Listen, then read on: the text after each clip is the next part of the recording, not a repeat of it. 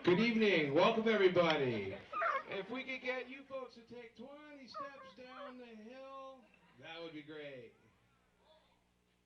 Don't move at once, but thank you very much, and welcome to 10,000 Candles for New Hampshire. I'd like to start by introducing a very good friend and helper, a community man. He's our dude at the Hope for Recovery New Hampshire Center. Please welcome Keith Howard. Thank you, TJ. Good. Thank you very much, TJ. And thank you all for coming out this evening. Um, this project did not come about because somebody had a bunch of money. This project didn't come about because there was a grant. It was the vision of TJ and Matt, who saw a hole in the universe and decided that it needed to be filled. So we've got an evening of music, got an evening of speakers. I'd like to start by introducing the Mayor of Manchester, Joyce Craig.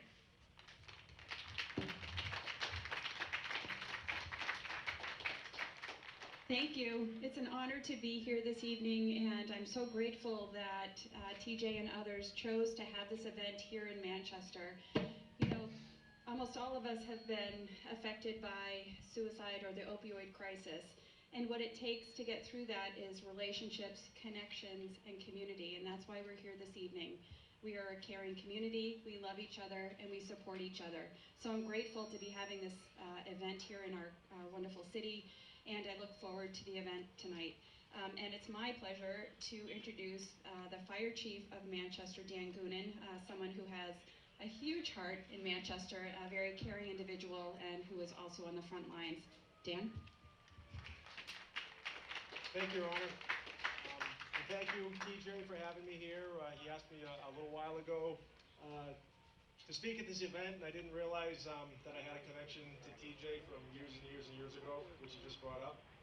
I'm surprised you remember that far back, my age, but yes, we have a relationship. So this is just such a, it's an honor to speak here, number one, and to speak about such a heartbreaking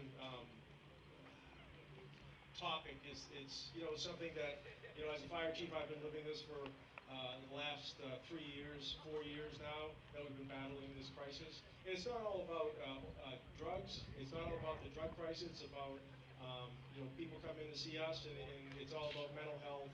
It's all about being, there's people coming in suicidal. They're just so broken. And it's great to have events like this, to have the community come together and just to help out. It's really nice to see kind of the fruits of our labor here at the fire department. Since we started our program, and I think some of you have heard about Safe Station, and hopefully even some of you have known people who come in to our Safe Station program, we've helped about we've been our entry point to treatment, or our access point to treatment, has been used about 6,200 times. And during this crisis, we've seen so much death. I mean, it's so different than when I started here, at 35 years ago. Since 2015, we've seen about 350 people die just in the city of Manchester from this opioid crisis. We've gone to probably 3,500 overdoses. So it's just it's a mammoth problem. We've been working so hard with the mayor's office, so hard with our community leaders, so hard with our treatment partners to try to get those numbers down. And we've seen those numbers go down. But you know something? We're not going to quit until those numbers are zero, because it's so important. It's so important. It touches so many lives. It's touched my family.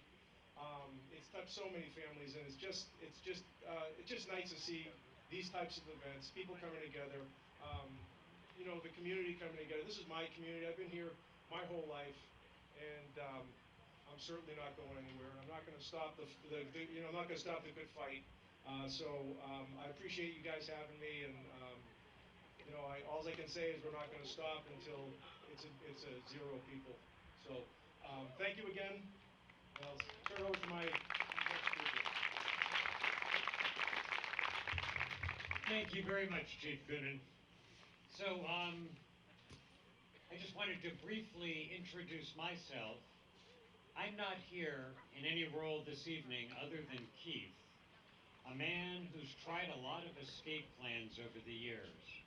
Escape from myself, escape from my feelings, escape from my life. I used to shoot heroin often enough and with such constancy that I was an addict, and I could be again. I used to drink alcohol to the point where I was hopeless and homeless and toothless, and I could be again. I've plotted out my suicide with great specificity and care, having razor scars to show how close I got to killing myself before I was locked up for my own good.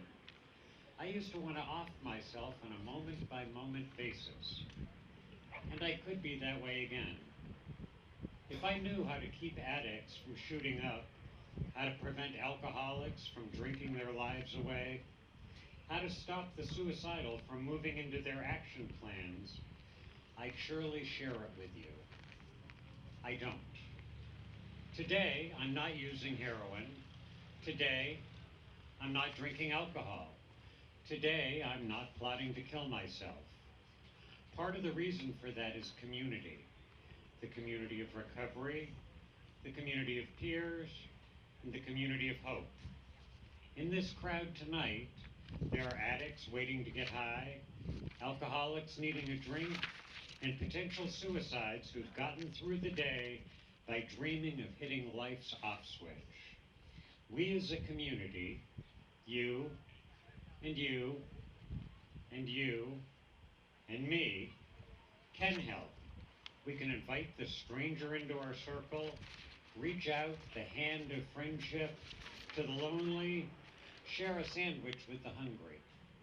As we listen to the speakers, enjoy the pretty music, and remember those who have died by overdose or suicide, let's keep looking around this crowd for the distant, the disenfranchised, and the distracted. Then reach out a hand, lend an ear, offer a ride. That person you save is me, or could be again.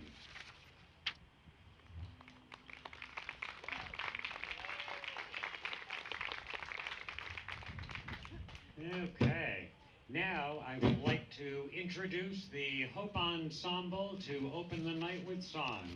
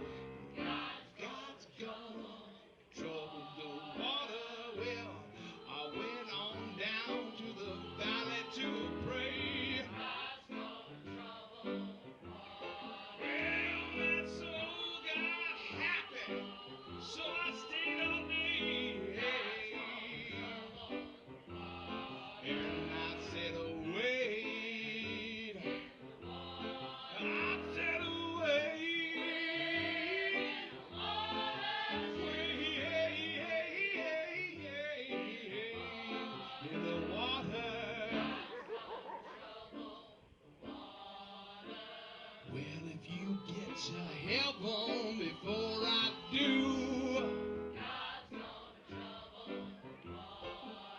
Tell all those we lost I'll be coming on through, yeah.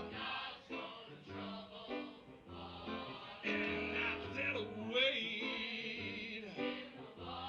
I said wait.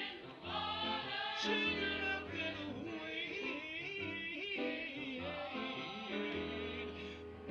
God's gonna trouble the water.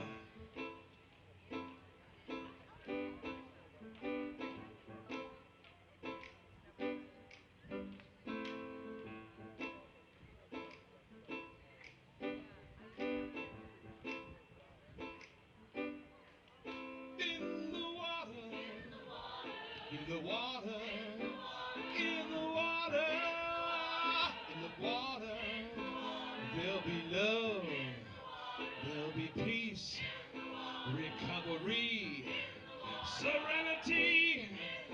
It's right there in the water, in the water, in the water. You got everything you need. You got everything you need. You got everything you need. Everything I need in the water. God's gonna trouble the water. Children, God's gonna trouble the water. I sing God's gonna trouble the water. Said God gonna trouble the water.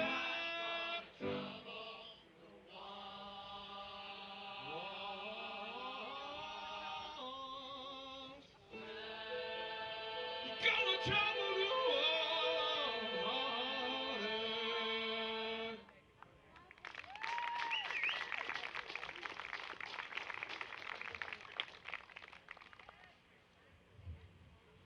Thank you. That was great. Okay.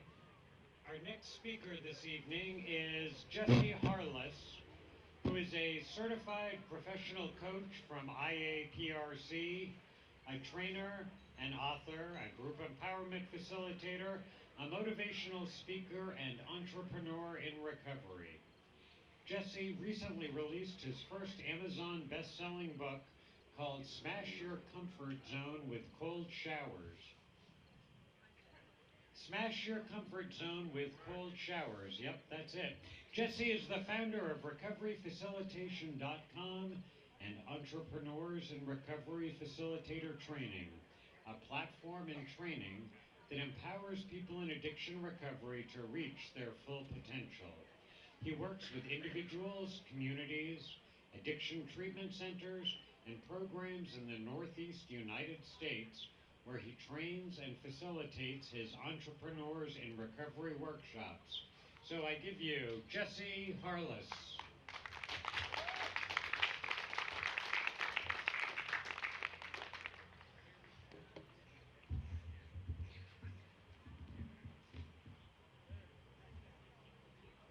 Can everyone hear me? Okay? Awesome. So my name is Jesse Harless, and I am a person in long-term recovery. What that means to me is that I haven't found it necessary to pick up a drink or a drug in the last 13 years. Thank you.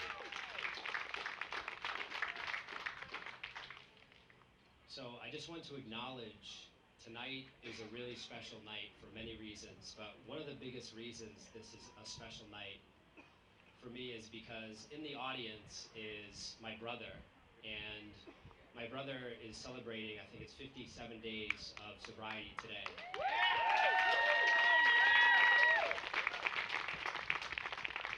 And also my mother, who's been with us the whole time throughout the whole recovery journeys, which have lasted decades. So thank you, Mom.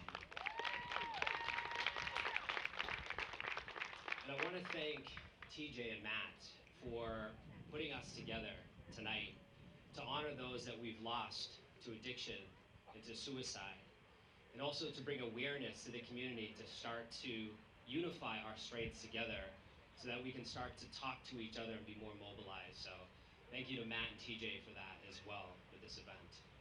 So yeah, let's give it up for that. So just a little backstory about me and Matt. I actually met Matt when I was my first semester of college at Plymouth State University, and I was 18 years old, and Matt happened to be my next door neighbor.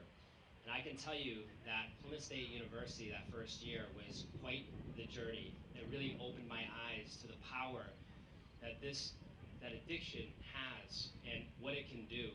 And so that first year at Plymouth State University, I hit pretty much every jackpot you could imagine. Whether it was being arrested by a state trooper, whether it was being caught for plagiarism and going in front of a review board. And I hit every jackpot. I ended up failing out of Plymouth State University that first year. And I can tell you, it wasn't long after that my addiction really spiraled out of control.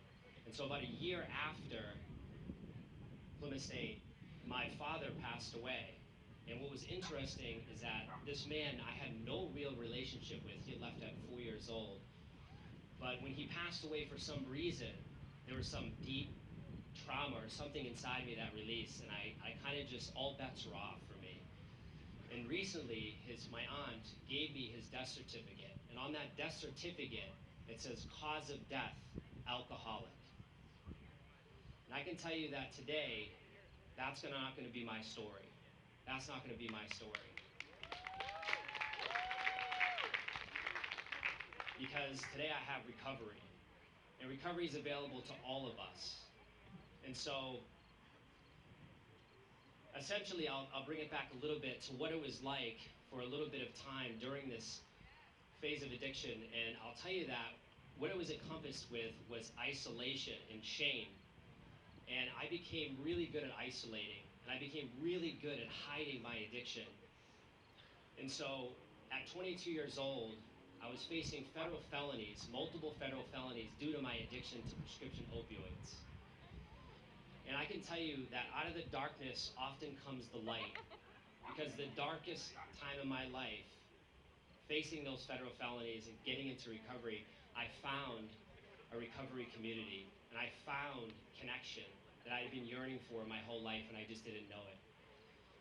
And just right down the street, not far from here, I met my first person that I call this my recovery team. The first person in my recovery team, and her name was Bonnie Halsey. And Bonnie Halsey, by far, had one of the greatest impacts on my recovery. I met her my first year of recovery. And why Bonnie was so important to me is that, Bonnie was a therapist. And she was the first person that I felt safe with. She was the first person that I could share all this stuff that I had hidden inside, all this trauma that I just didn't know how to share. And she was that safe person for me. And so the next person that became on my recovery team at 22 years old was a pastor named Pastor Bailey, Pastor Bob. And I can tell you that this man, I was 1 month into recovery. What this man did for me was he helped me to trust my intuition. He explained to me that my instincts, my gut instincts, my intuition is part of what saved my life. And I agree with that. So I'm so grateful to him for teaching me that. And I'll tell you about another person that I met in recovery. His name is Pete. And this man, Pete, we have been sharing goals for the last 10 years. And I can tell you that man, more than most people I've ever met, has changed my life. One, because he was a safe person, again, I could share anything with. And two, I could share my goals with.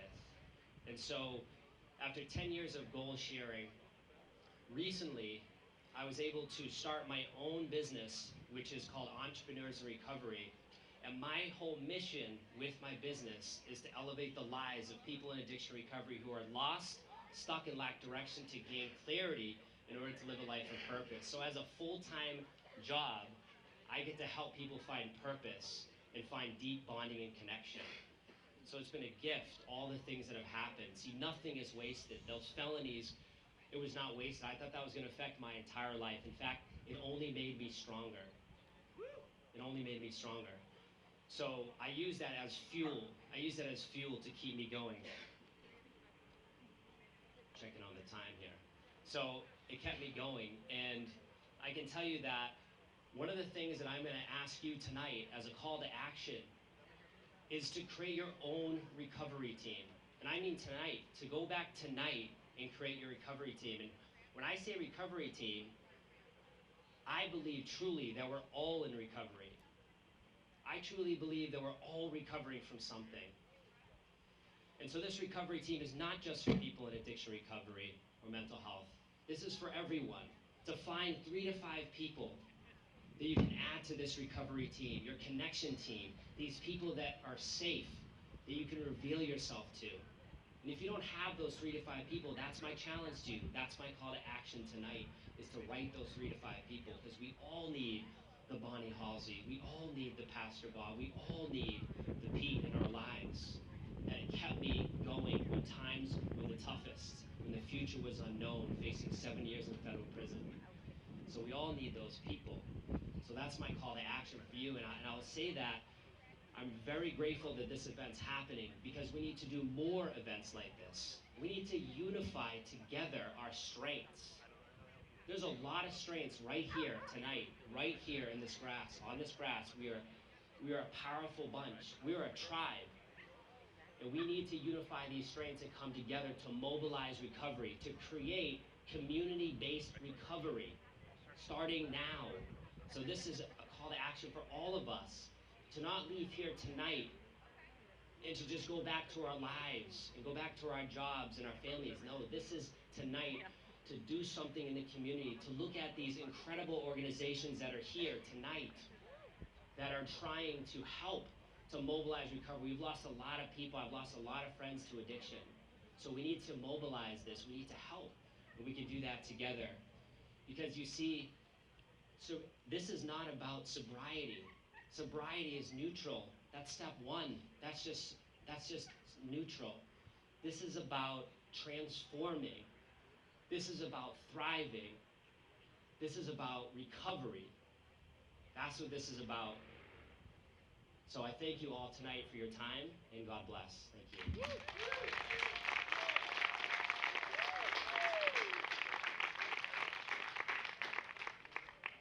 Thank you very much, Jesse. I'd next like to introduce my friend Robbie Spencer Millward. He's a divorced father of 2, an Air Force veteran, a wrestler, and a coach. Over the last 17 years, he's had a successful career in business-to-business sales. He currently volunteers with NAMI New Hampshire, the, I believe, National Alliance for the Mentally Ill, by holding positions on 4 different boards, including the executive board, as well as being an in our own voice speaker. His passion for helping others while breaking the stigma and discrimination of those with mental illnesses is only trumped by his love and passion for his kids. Robbie has been on podcasts, has written many blogs in the United States and the United Kingdom about his struggles and his triumphs. He most recently has helped the state with training state troopers, local police officers, and first responders in crisis intervention training. His story is compelling as he is an open book, sharing the good, the bad, and most of all, the hope. So, Robbie.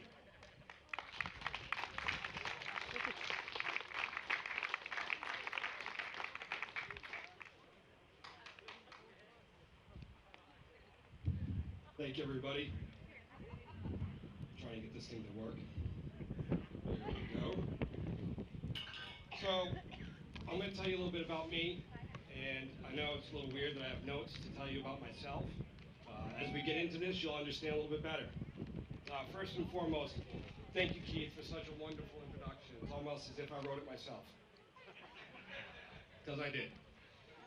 I'd also like to thank TJ and Matt of Recovery DF for the relentless work to bring our community together in such a divisive world.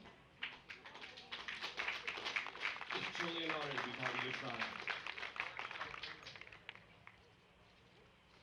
have a few rules during my speech. For the next 10 minutes, we're all going to forget that I have anxiety and am incredibly anxious right now. Second, it's okay to laugh. Third, if I'm laughing at my jokes and you aren't, let's get your humor checked out tonight. As Keith said, my name is Robbie Spencer Millward. I live with severe depression, generalized anxiety, and PTSD. I'm more than just my diagnosis, though. I'm a dad, a son, a brother, a friend, a coworker, a salesperson, a human being. I stand here today to talk about my journey and what brought me here in front of you all. I've lived with these mental illnesses most of my life. I was officially diagnosed about 18, 19 years ago by the Air Force after my final suicide attempt. This was my first experience in the mental health world. I was honorably discharged with the misdiagnosis of personality disorder. Personality disorder? What does that even mean? Is that what the Incredible Hulk and Bruce Banner have? Does that mean that I can't be the blind date that has the good personality? This is when I first lived the stigma firsthand.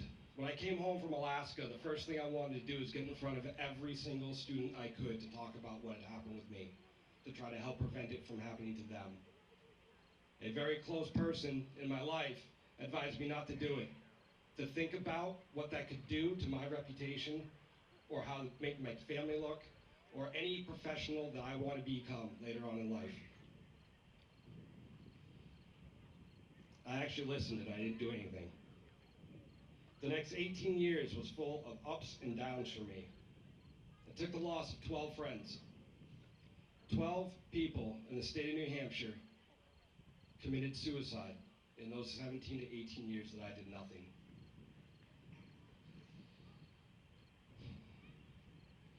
It took those 12 humans taking their lives, the attempt of my daughter. I needed to resign myself. I needed to get help because I couldn't be that guy anymore. 1 in 5 people, 20%, have been diagnosed with a mental illness. 1 in 5, 20% of people. There are more people in the United States that have been diagnosed with a mental illness than have blue eyes. That's a fact. 17% of the United States has blue eyes. Think about that for a moment. You know more people that are impacted by mental illness than you do that have blue eyes. And that doesn't even count for all of the people that feel the disconnection and the stigma in their life that don't get the help they desperately need. For me, it's extremely important to be open and honest about my mental illness.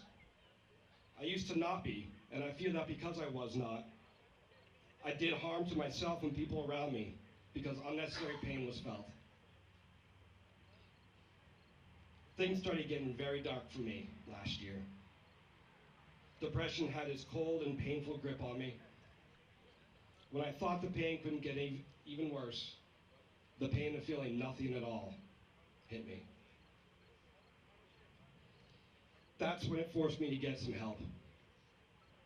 With the encouragement of my doctor and my girlfriend, I decided to enroll in an aggressive outpatient program to help me get out of this place. Unfortunately, depression's grip was tighter than I could handle, and even with some help, I was not improving. It was then that admitting myself into the hospital for an inpatient treatment was strongly urged and almost demanded by my team of therapists, psychiatrists, psychologists, and family. Something needed to change. I can't live like this. With the help of my support team, both professionals and not, on April 25th, 2018, I admitted myself into an inpatient program. Then my life changed. I lost someone. Someone who kept reminding me how strong I was when he knew I wasn't in the best place in my head.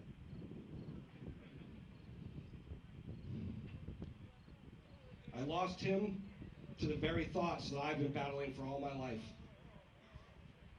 I lost him the morning that I made this decision, and I found out when I left my doctor's to go to his house to tell him and my best friend Michaela, his wife, the decision I had made, and that tomorrow morning I'd be admitted in the hospital. When I walked into the house and I made my way down the hallway, I could hear Michaela and her cousin Haley. They were talking, and I could tell there was despair in their voice. I entered the room, and I felt something was off. Both had been crying. Their eyes had deep, deep pain. I then just blurted out the decision I'd made. Tomorrow morning, I'm going to get help. I'm going to the hospital. I'm going to do it. I need it. That's when they told me Jason took his life that morning. I immediately left the room.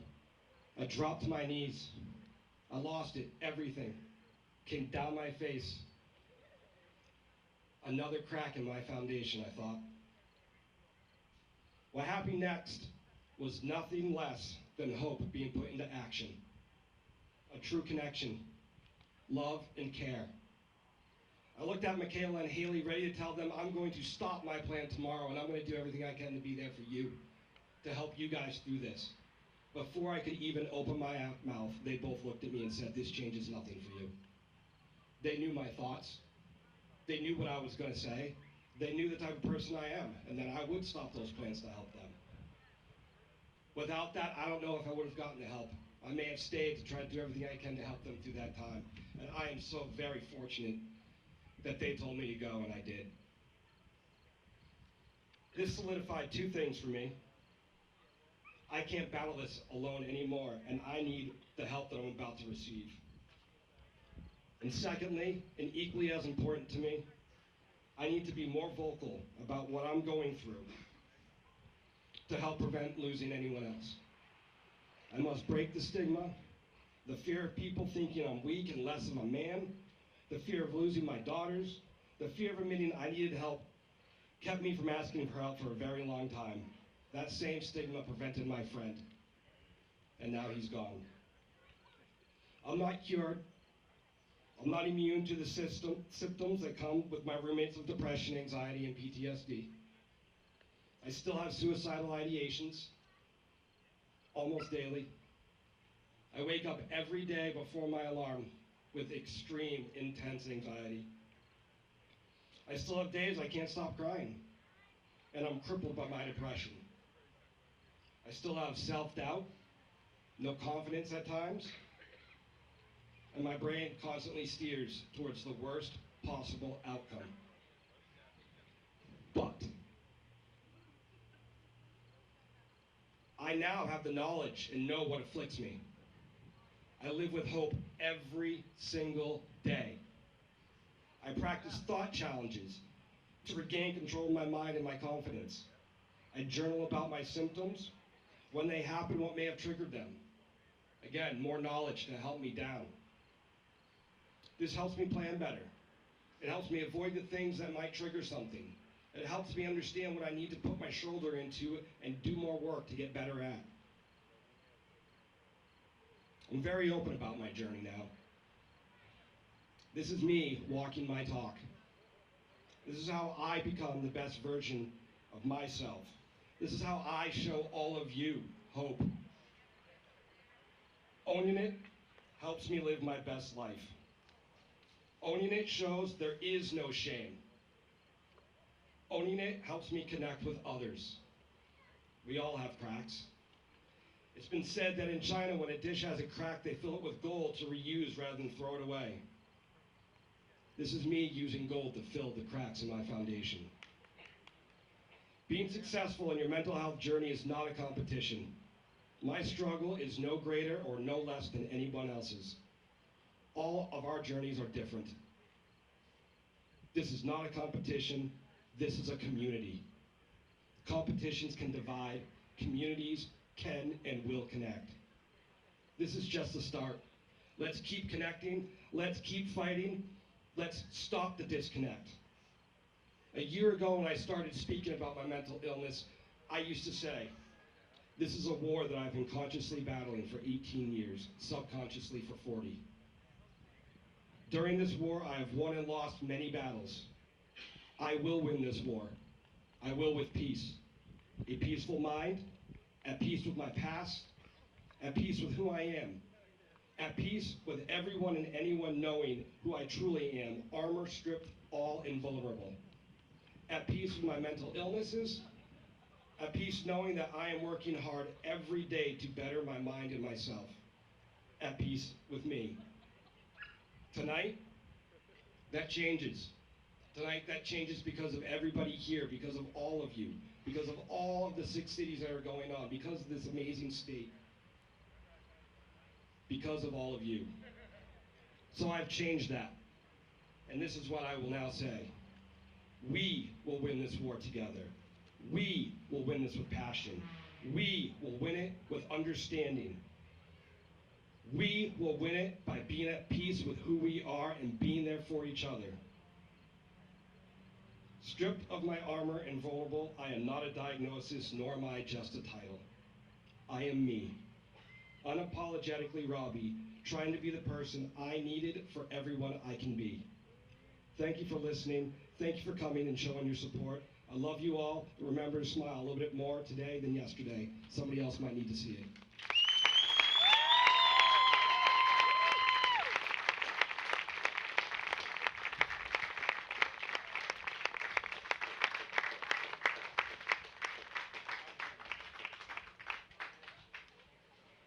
Thank you very much, Robbie.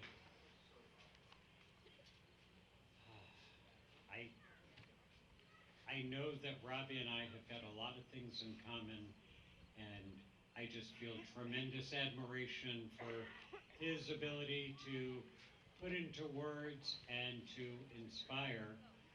And I'd like to ask the Hope Ensemble to perform one more song.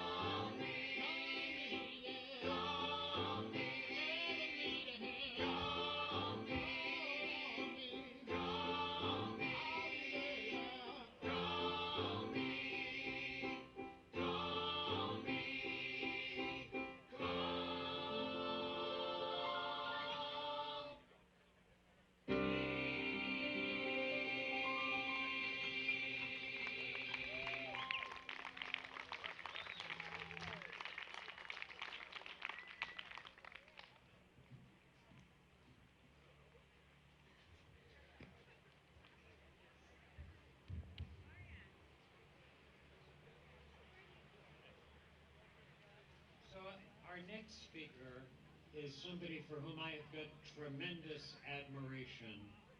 Um, Although she drives me crazy because she cannot focus on anything for more than about 15 seconds, Kelly Riley has taken tragedy in her life and not simply gone off to cry, not gone off to drink, not gone off to use, but instead has devoted herself to preventing the tragedy in her life from happening to some other mother.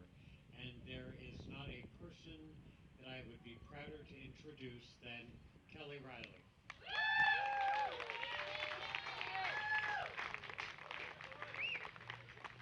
Hi, I am Kelly.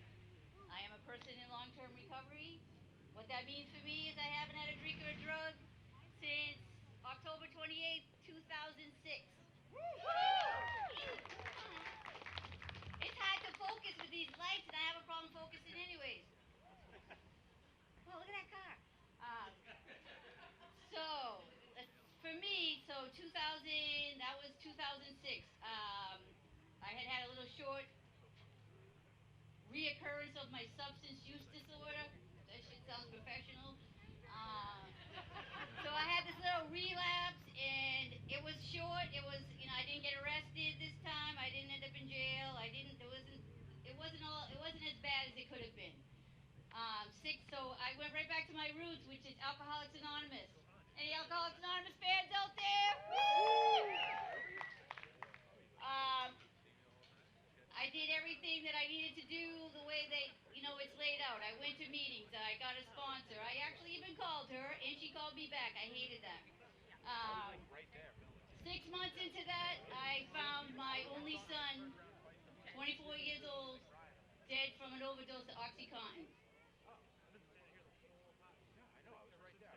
That in itself, I don't really cry as much as I used to, but it's still like heavy, heavy. And why I bring up Alcoholics Anonymous, because that's what carried me. The people in my group came and they took care of me. They brought me to meetings. They made sure I was eating. They made sure I was all right. It seems like so long ago, but yet it was just, it's fresh in my heart. Actually, this park right here, we used to hang out at this park. My son, Richie, every time he would try to get sober, we'd say, "Oh man, I'm sober." We'd say that Massachusetts stuff, like, "I'm sober." Like, oh, it got a little annoying, but we only live like 4 streets away from here. Being in this world now, in the whole recovery world, I know what's so important. Like, I feel what's important, that it doesn't matter if, like, you should pick up again, start using again. What matters is that you get back to where you know that you have support. We have to stop shaming people and telling them and pushing them away because they picked up, they used, "Hey, you're out, you gotta go." We can't do that. We have to love people no matter where they're at. We all struggle. I've actually gone into a little bit of cognito, like I dyed my hair, I got a mustache. I got so good at what I did that I couldn't even go to the grocery store. People were like, "Oh, hey, can you help me? Can you save me? Can you," like, I was kind of freaking out. When we talk about, like, suicide, for me, like, I know so many overdoses that actually suicide. When people can't take the pain and suffer anymore of trying to get back on track. My first recovery, I first got sober in 1991, which seemed like a million years ago. I had 3 months of sobriety, and my aunt committed suicide. And there was not much to understand. You didn't tell people. It was like a secret. You didn't say that to people. And parts of that, I'll always, share part of that, because I went to the Harley Rendezvous at 3 months sober and got a tattoo that used to be up here on my shoulder. Now it's way down here. I've had it that long. Serious. So, what I do is a lot different than what anyone else would do, and how I process my own recovery and how I work on my own addiction recovery is I share my grief about my son, and I talk to a lot of people about it, and I bring him up all the time. I say his name all the time. My poor daughter's so sick about hearing about him, but there's 17 years between my two kids. What that kid went through and what she survived and where she is at now, we forget about other people in our lives when we're going through all that horrendous grief. And I know there's so special people out there. Carla, I know you're out there somewhere. I think you're right over there. Carla helps me so much that, you know, people don't know when they're helping you when they just listen. So, we're in a terrible state right now, and I came to the point where it didn't even it's not that it didn't faze me, but I was so used to hearing about people dying that I became blank myself. Like, I could not accept the emotion of death. Like, until everybody here knows somebody that has overdosed once, twice, 3 times, that has even died. We have to start supporting each other and say, no matter what, are you struggling? Not, hey, Joey, he's using, he's dirty. Like, we kids gotta stop shaming people and pushing them away. We have to say, hey, are you struggling? What's happening? How can I help you? This event, when those guys first told me about it, I'm like, yeah, I want to be involved. I want to do this. I want to do that. I'll do this. Oh my God, I don't even know. I didn't even remember the date till like 4 hours ago. I just get busy in my life. These guys did amazing, amazing. I think we should give them, where are they? TJ, where's Matt? So the same thing is going on in Nashua at the same time. So that's like pretty much all I got to say is we just gotta like really help each other, support each other. You know, if you know someone's struggling, don't push them away. Reach out to them. How can I help you? Because part of the process of recovery and part of the process of change, the opposite of addiction is recovery. Thanks.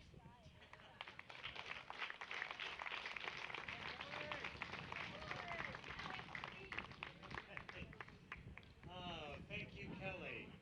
I'd now like to introduce Timothy McMahon King. He is a writer, nonprofit professional, and owner of Vagabond Consulting. He has worked as a community organizer in Chicago, a chief strategy officer with Sojourners, and currently serves as a consultant for the Center for Action and Contemplation. King's work has been published in Christianity Today, Sojourners, and other venues, and he has been interviewed by ABC, the BBC, Time, CNN, and the Wall Street Journal. A graduate of North Park University with degrees in theology and philosophy, King lives with his wife Hannah in New Hampshire.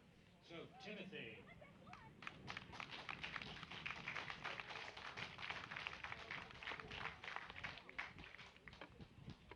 Thank you all, and I can tell you just a few years ago even, I never thought I would be up here speaking about addiction or my experience with addiction. I, in fact, didn't really talk about, if I never had to, my own struggle with opioid addiction for 7 years.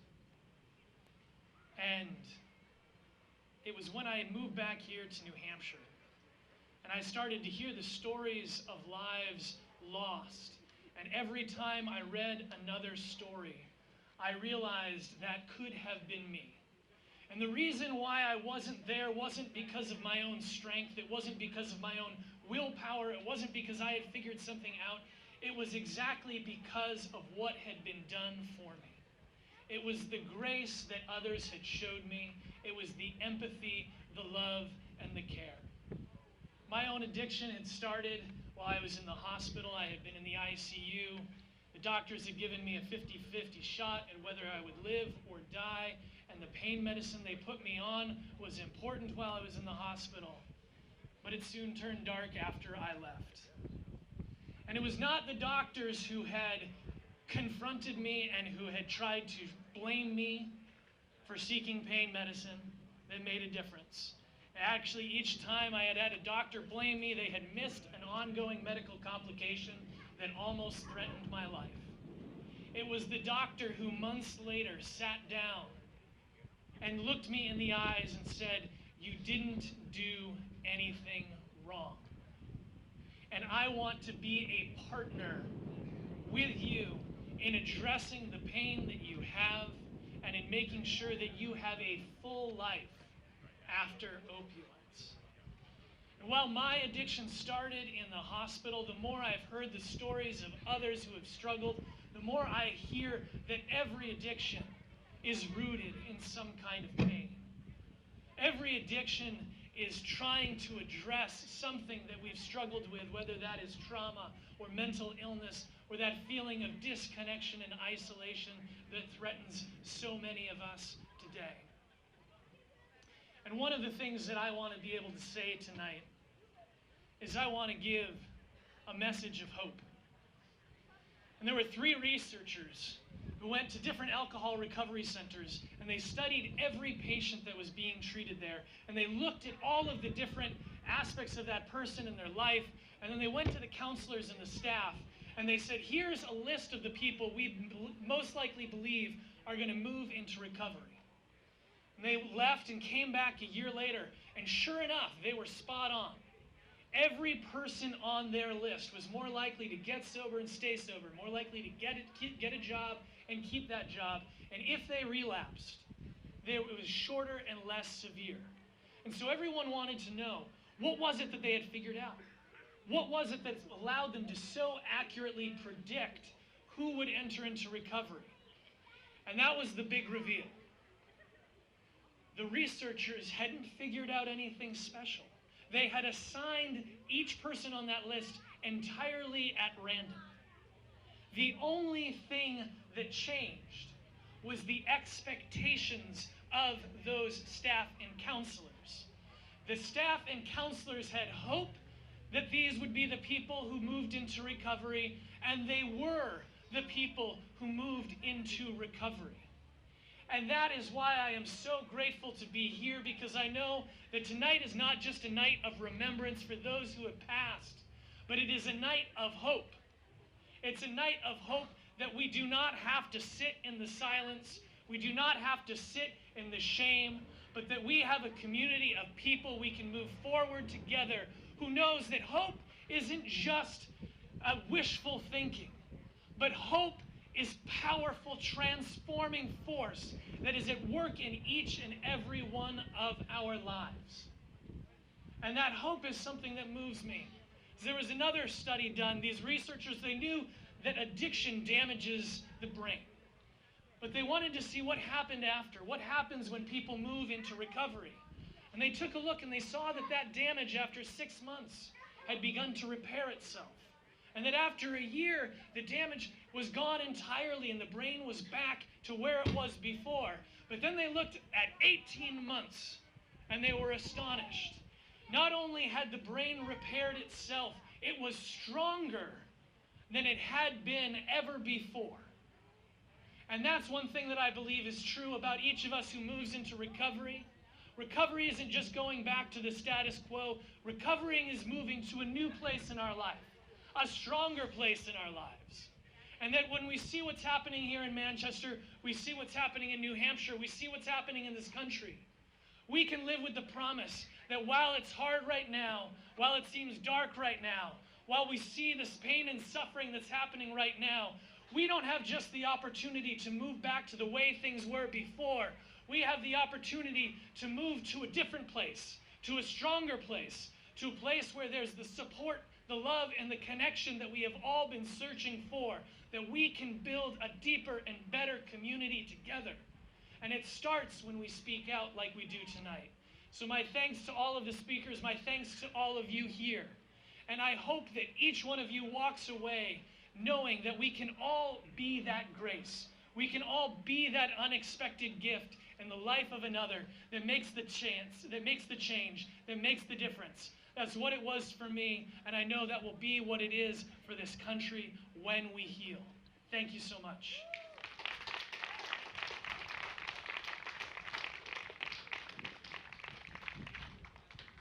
Again, powerful words. We've come to the portion of the program where I would like for everybody to light their candles, and if possible, move in as closely as you can. And while you're doing that, the Hope Ensemble will be singing. So please, I believe candles have been distributed. I can see some electric ones.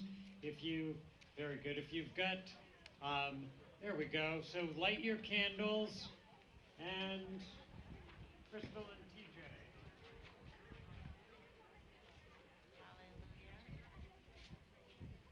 I know there may not be enough lighters out there, but just as we are going to share the message of hope, I want to see you sharing your flame and have that light spread as the message will spread amongst us all.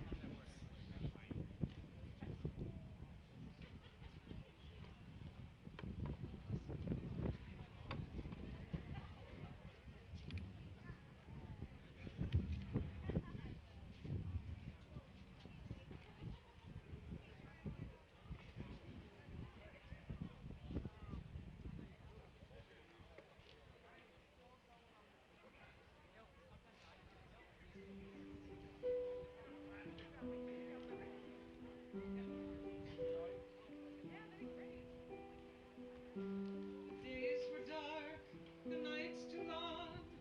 I felt as though my life was done, but reached out through the pain and anger to you. You held your hand outstretched to me, no judgment or uncertainty released from me my broken hallelujah.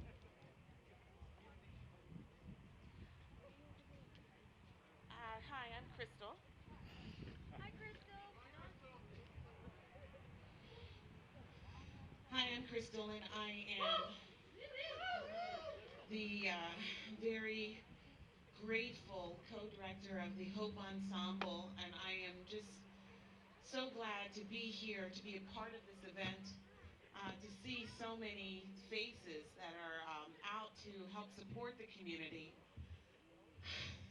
Recovery, I think one of the other speakers said that we are all recovering from something.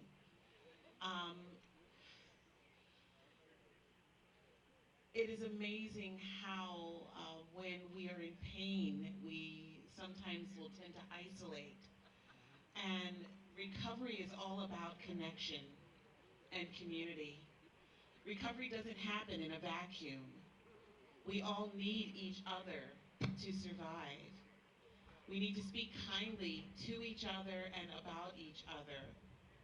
We need to watch what we say and to show love and compassion, because that's what's going to make a difference in our world, in our community.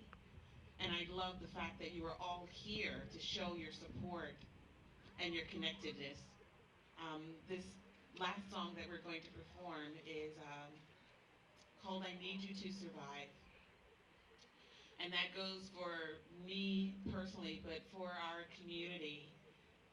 We need each other. This doesn't work alone. Together we have a chance. Thank you for coming out.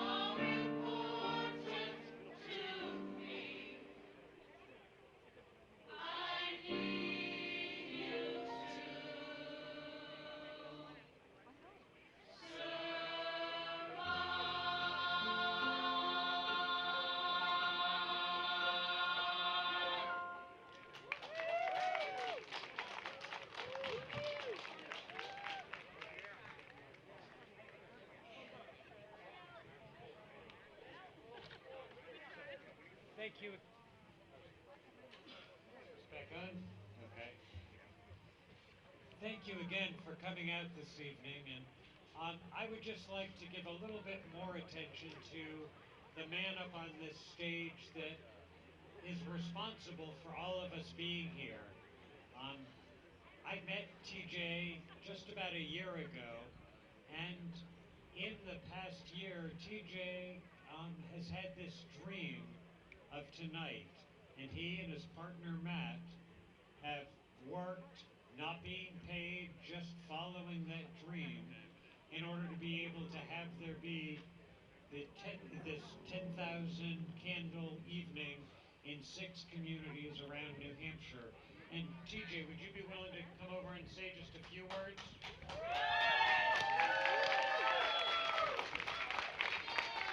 Thank you so much. It's wonderful to see you all here tonight. You know, my hope for New Hampshire is that we all grow old together and live out our natural lives and walk through this together, connected. Because as bees evolved to live in hives, human beings evolved to live in tribes. And today the tribe's having a tough time. It's breaking apart. So activities and functions like this bring us together.